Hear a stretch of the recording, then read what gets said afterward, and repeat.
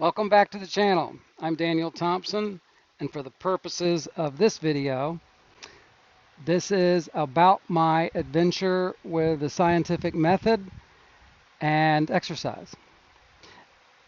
I don't know if it'll be interesting, but I hope it will be. I think it might be. This episode, I'm going to talk about HIIT, CrossFit, Orange Theory, and other functional training things. If you're here to think I'm going to slam on any one of them, I'm not. I probably will not get very many hits and clicks because of this. And if you're one of the other people, you're probably going to go away anyway. I'm fine with that. But I hope mostly that the CrossFitters come on here and either confirm or say no about what I'm going to talk about. Orange Theory too.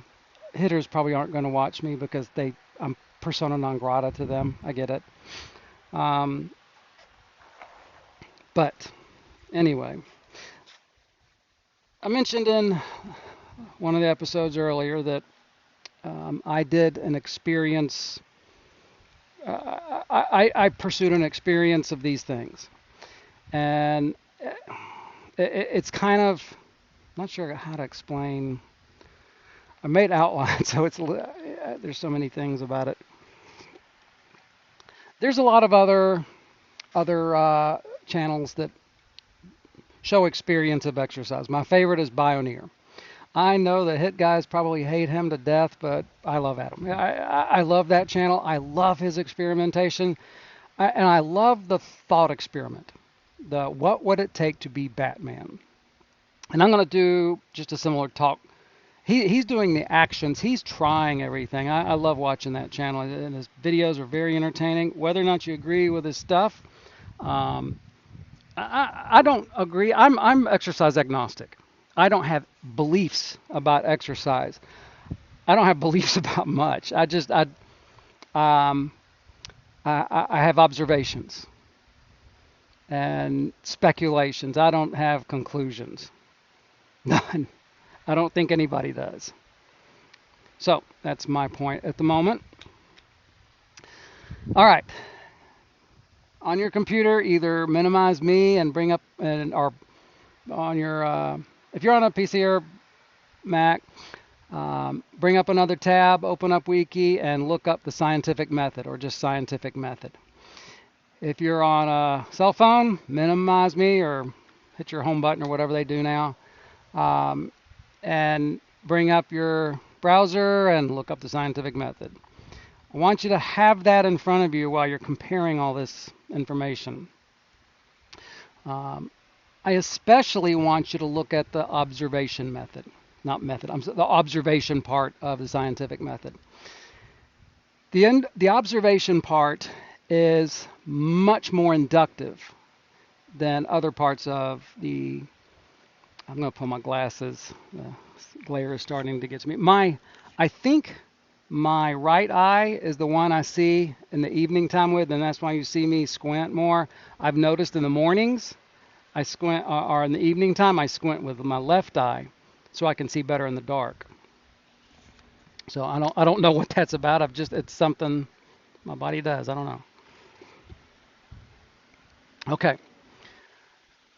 In the observation phase, you want to gather as much data as possible, even data you're not going to need. You want to over collect data. That is important. And in the experimentation phase also, you want to over collect data. You might not use it all, but even data you don't use might be useful in the future for other projects. So keep that in mind. If you have tools, if you have extra tools, if you're doing an experiment, collect as much data as you can. Not to the point of where it's impractical. Anyway, kind of went off the track on that one. Let's go back to my 20 hours experience. I wasn't able to give each of my things 20 hours. Some of them I gave more just out of practicality. One of them I was only able to give a month.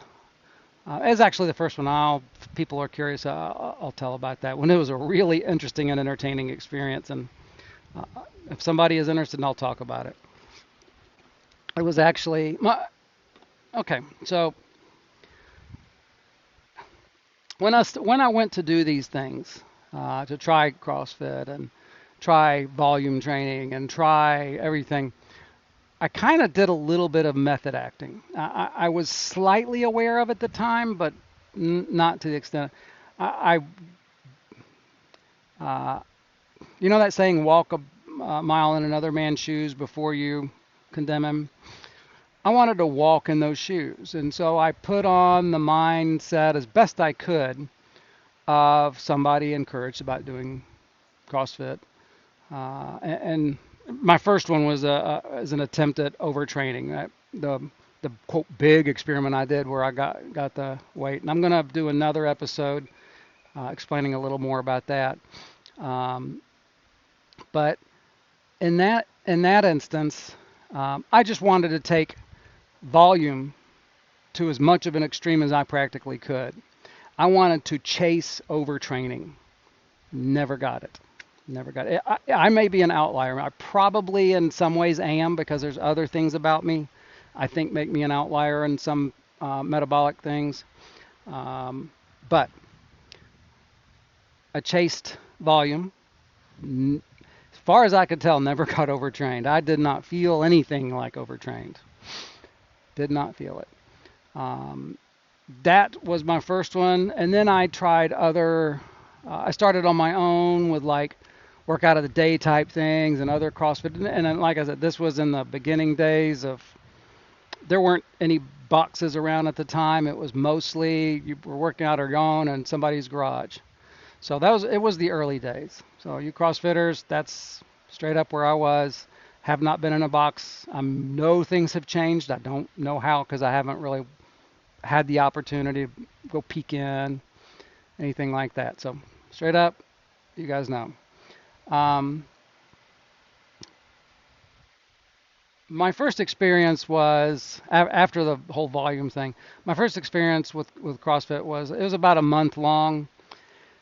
And I remember it very clearly, the moment where I realized, okay, I get it now. It had nothing to do with exercise. Absolutely nothing. Guys,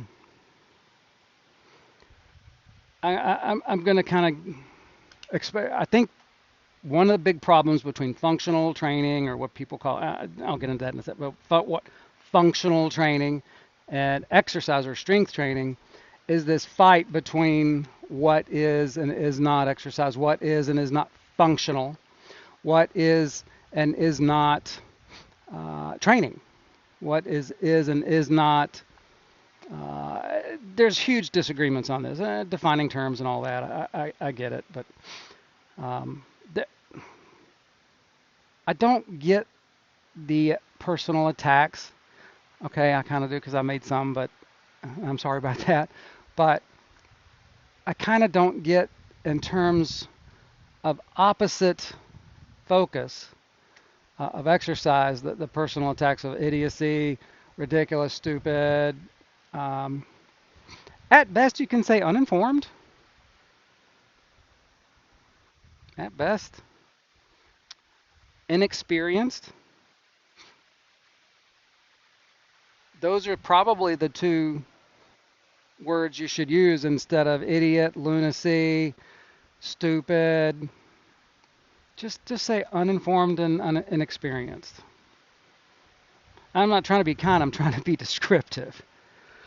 I'm far more of an idiot than most of those other people, so most of you, anyway, there we go. Okay, so let's talk about a little bit about functional training. Functional training is the functional training I've had. Did some boot camp things. I don't know if I'd call CrossFit functional training, but I've experienced a lot of, observation-wise, a lot of functional training in clinics, and that's not what people think. In the exercise community, it's not. That's a whole whole nother ball of wax, whole nother. It's a whole nother podcast series that somebody else probably should do, and I just don't have the expertise to really go into that. Very basic stuff is my knowledge. So let's give an example. Oh. One of the complaints about um, functional training is the concept of simulated activities or simulated exercises, simulated activities of daily living. They have a lot of people have a problem with this. I get it. I get it. A little bit of a cloud. Can I take my glasses off? Long time ago, well, early, and pretty much as soon as it came out, I got me a copy of Flight Simulator. I got a yoke thing and rudder pedals and a throttle thing. The throttle thing was actually on the yoke stick, I think. And I set to work. There was a whole training course, flight safety training course on Flight Simulator. That came later, actually. I think that came, Flight Simulator 95 or something? Maybe 98. It had a whole training course. I went through it. To this day, I can look at those dials and I have a clue what they are, the 6 and then the radio stack and all that. I remember how to do everything. I went through takeoff, turns, landing, all that kind of stuff. I don't know. I take that back. I have been in a plane, taken the wheel, nervous at first, but after a while, I was comfortable with it. I was like, oh, this is very similar to what I've been experiencing. I could feel different pressures, of course, and everything was a little different. But the basics of what I did was all there. Just, oh, hey, yeah, I know this stuff. Cool, I know that. So the simulations are not training, they're preparation. They're either evaluation or preparation. They're rarely simulated activities. They're evaluating people if they're ready to be released from care, from therapy, or trying to tell the level of progress. It's more of an evaluation, a level of change from the real training. So when people see these things, I think they're confusing the purpose. Evaluation and what was the other thing? I forgot. It's not training. Anyway, so I know many people out there think these things are common. They're not. All right, so golf simulators. Golf people, I do not know. I would really like to know in the comments below, have you tried a golf simulator and did it help? Did it work? Or was there no change? Did it not help at all? I'm willing to bet you learned something. I'm willing to bet it helped a little bit. Military tactical simulations. UCF, their battle lab, and I don't know if it's still there, but it was a battle lab where they had different programs similar to like a Army or thing, and the cadets. These are ROTC people. The cadets go through training simulations. I mean, pretty much like a game. They go through simulations where they have to do things, and then they have to work together. And they're all just like on something like this. They're talking with each other, and they're researching breakdowns in communication, or just training the cadets. But in the research, they're trying to find breakdowns in communication. And the military guys who've done this either back me up or tell me no, it didn't help. I'm pretty sure it helped. I've heard from a couple of them who say it really helped. The military simulations, even though it's just entirely on a game, the soldiers would say it helped you to feel better prepared. So many of these simulations are preparation phase. They are training phase, not the practice phase. You're learning things through a simulator. You will engage the real activity in a safe situation. Helicopter training, simulator, definitely. Okay. It's going to help. I think some people in the functional training, whatever it is, it's a huge, It's a mess. But I think some people, they cross that line of what is productive, useful simulation and what is not. And it's because they don't know. And I don't really know if we even know. I think there needs to be research. Where is that line? Where does simulation activities cross where they're not productive anymore? I don't know. I really don't. And I'm curious. If you have a clue, please. I'm not smart enough to make conclusions on any of these things. I don't really. Uh, Everything I say is either speculation, not even anywhere near a hypothesis. So take everything I say with a grain of salt, if not a whole salt lick.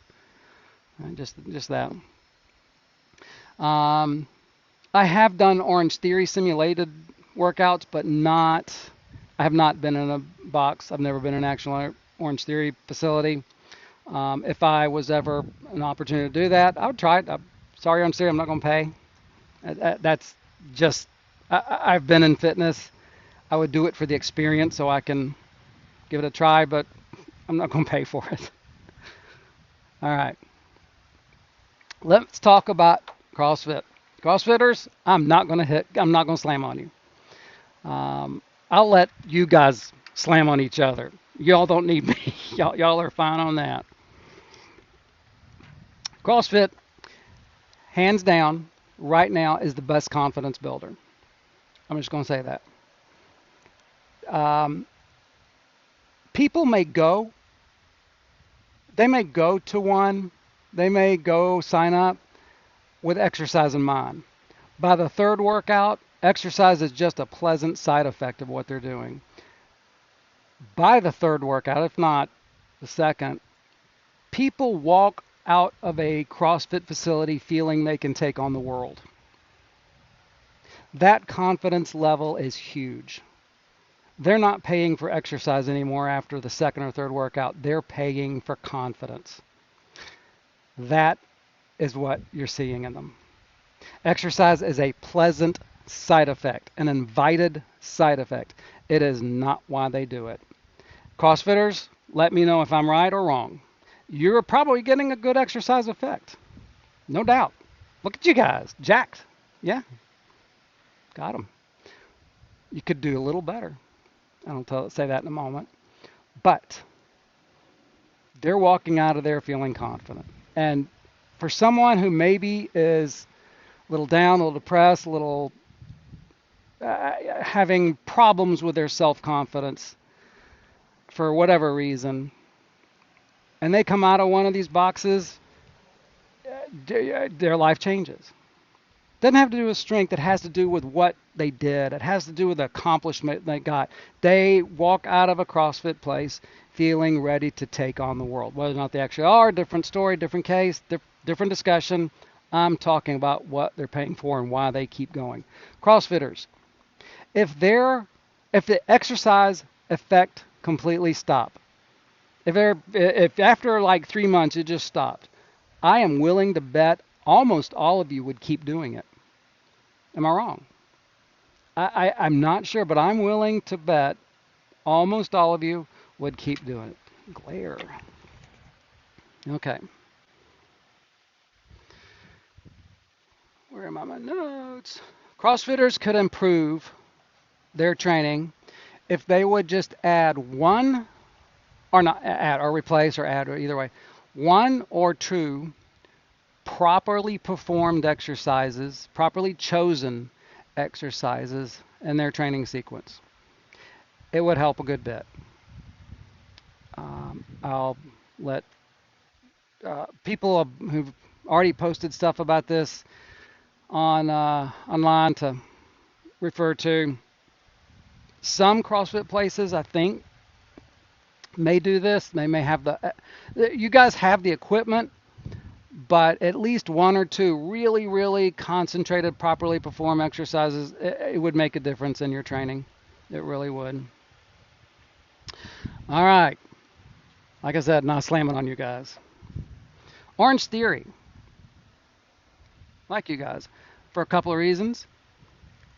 Your facilities, the entrances, well thought out. They're very approachable. Colors are not, the colors are kind of gender neutral, lifestyle neutral. So I think some good choices were made in that realm. I have not been into one, but I've looked in, I mean, kind of looked through and gotten ideas and watched a lot of videos online. I think the atmosphere in the facilities is comfortable, inviting for most people. I think some people are just still too reserved and not ready for that yet. But you guys, um, people come out of Orange Theory. First of all, they come out feeling worked out. They come out with what they expected for a workout: sweat, a little pumped air. They come out with a sense of workout accomplishment. Whether other people can discuss whether or not that's necessary, accurate, or even real, or whatever. That's not part of this discussion. But they're coming out feeling competent and capable. The simple skills they've done inside Orange Theory give them that confidence boost, and they're ready to go. Many of these places, especially the functional training, I mean CrossFit, a little bit with functional training, the confidence boost is making huge difference. That is what people are paying for. The exercise is a secondary benefit. Most functional training, most boot camps are really nothing more than playgrounds. You're better off just using a playground. At least you're doing something. And something is better than nothing, so I'm not going to knock it. If you are one of those guys or girls who bought a bag of skills on Amazon, put them out there, and you got a couple of workout people, I may disagree with your methods, but you got people doing something. I'm good on you. I'm going to good on you. Just we just need to get people doing something. I hope and wish it would be the right thing, or more towards it, lean people towards it. All right, hitters. I'm going to try not to slam here. Okay, hitters. Hands down, you got the best strength training. You already know that. 98% of the population will absolutely benefit from the correct strength training. That's going to be another episode. But